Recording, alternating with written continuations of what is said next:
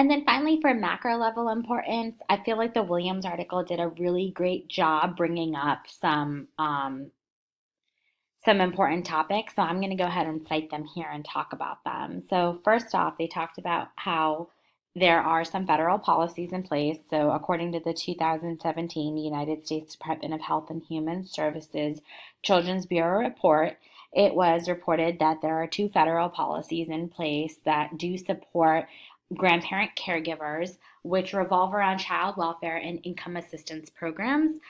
Some of the child welfare protections are through the Social Security Act, which was modified back in 1950 to include these clauses.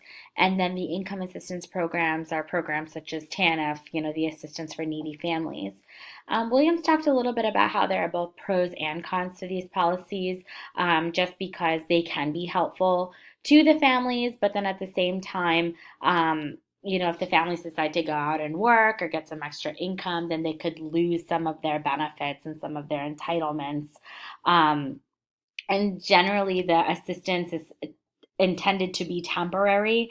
However, when the families go out and do try to become independent, it can kind of, prevent them and set them back because they would lose their assistance. So it's a cycle, and it kind of connects us back to the working poor.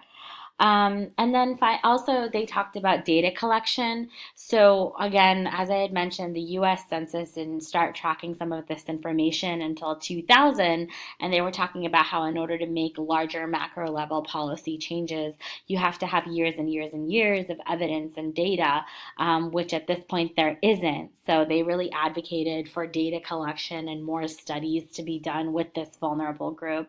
And then finally, they talked about grandfather caregivers.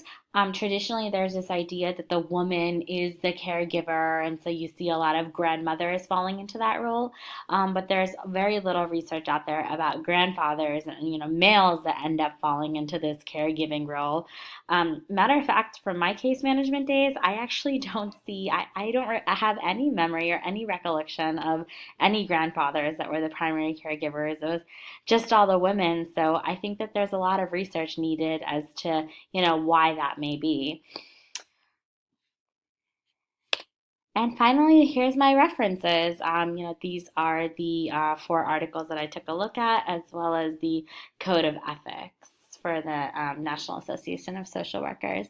Thank you so much for listening to my presentation. I hope that this was all valuable information and, included things that you can apply to your practice and hopefully take back to your agency as awareness. Thank you.